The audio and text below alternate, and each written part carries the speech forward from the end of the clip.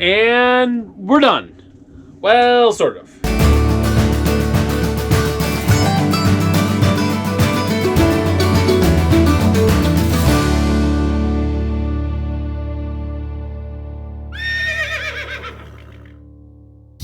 Hello and welcome back to the last video of our RV trip out west. We're going to combine 3 days of the RV trip into one video because we figured you didn't want to see a lot of this.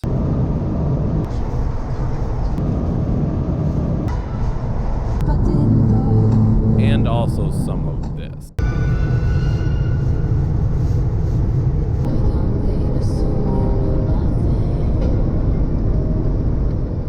We still saw some great things along the way, so let's show you the highlights and let's get rolling. Our first stop for the day was just east of Billings and a 2-hour drive for the morning at Pompeys Pillar. Oh wait, let's let a younger version of myself explain what Pompeys Pillar is. We are stopping at Pompeys Pillar, which I guess Clark signed, of Lewis and Clark, so it's the only touristy thing we're probably going to do today. So it was free today because everything's closed. All right, we'll just mute him out ourselves and I'll just tell you about Pompeys Pillar. The pillar itself stands 150 feet tall above the Yellowstone River, and at the base of it is approximately 1 acre in size. There is an inscription of William Clark's signature, but due to the pillar being closed because of natural reasons, we were unable to go up there. But there was a replica off to the side, and for some reason there is a live video feed of the actual inscription if that's something you want to watch. Clark's signature is the only remaining physical evidence found along the route that was followed by the expedition, and he signed it July 25th, 1806. It was just under 2 hours for where we were staying that night, which was our last Harvest Host of the trip, which was in Miles City, Montana. Harvest Host is a membership program that invites self-contained RVers to have unique overnight stays. Some of these places you can stay at are breweries, wineries, and some places of interest. If you're interested in Harvest Host, there'll be a link in the description for 15% off the annual membership fee. We spent the night at the Tongue River Winery in Miles City, Montana. It was an awesome experience. We had a wine tasting where Bob and Marilyn, the host, actually sat down and chatted with us. We learned a little bit about their life, and I guess that's the beauty of Harvest Host. It's not just going to a campsite, you hear a story, you can interact with people, so that's why we enjoyed the program. We bought a couple of wines, had some dinner, and then we were fast asleep. On to the next day.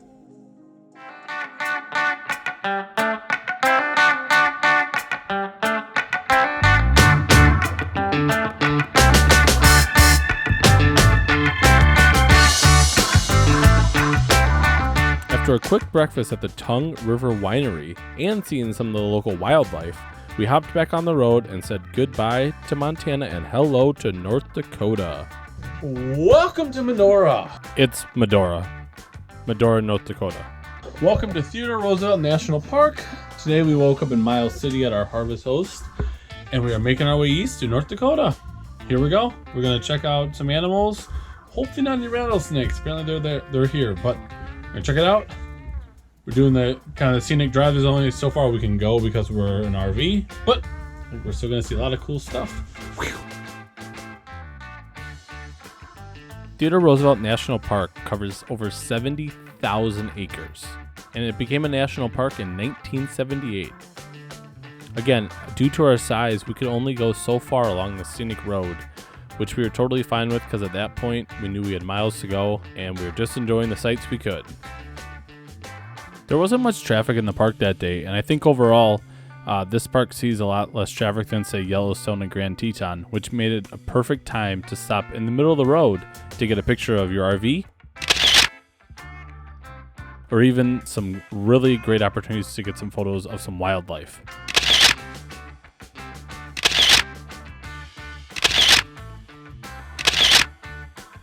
Leaving the park took a little bit longer than we thought because we had to yield for some wild horses, which was an absolute treat to watch.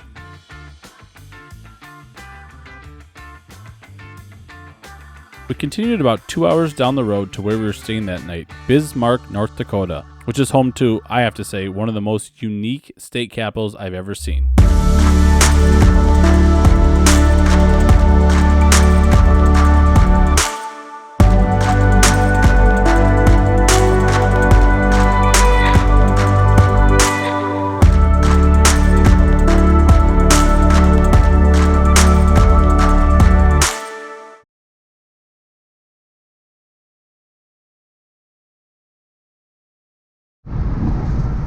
Hello and welcome to the last day of the RV trip. We had just under a 3-hour drive from Bismarck to Moorhead, Minnesota, where we stopped at the Yumkumst Visitor Center. The center houses a replica Viking ship. This Viking ship was the idea of Robert Asp, and construction began in 1974. Robert was diagnosed with leukemia during construction, but continued working. However, he was unable to sail the ship because he died before the ship was completed. His 3 sons departed New York City on June 8, 1982, and arrived in Oslo on August 9th of 1982. There's also a replica outside of the Hopperstad Stave Church. The original church is in Vik, Norway. On our way out of town, we stopped and got a dilly bar. In Moorhead, Minnesota, the Dairy Queen there is the invention of the dilly bar. After about 3 hours, the rural landscape started to show signs of Minneapolis, Minnesota, and just south of there was Hastings, where we were staying for the night. Now this is just a friendly reminder, make sure you hit that subscribe button and turn those notifications on because we got lots more coming. And we're done. Well, sort of. We're back in Hastings, but we have to clean the RV, then pack everything up. And tonight we didn't want to stay someplace that we had to pay for, so we were debating on a Cabela's, which was north of Minneapolis, and a Walmart, which was in Hastings.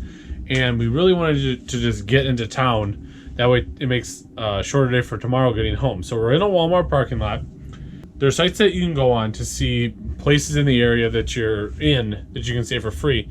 And like for Walmart, for example, all you have to do is call them and contact them, and they'll either say yes or no. And due to COVID, all Walmarts that were 24 hours most likely are not 24 hours anymore. So we just contacted them and said, hey, we're an RV. Can we come stay? And they're like, yep. Park in the southwest corner. So here we are for the night. And there are 3 other RVs here, so we feel pretty comfortable. And it's a free place to stay for the night. So thanks for coming along with our journey. We really appreciate it. And we're going to do a full recap video and give you kind of some tips that we learned from our first RV experience. But outside of that, we're done. Couple of Corsies, signing out.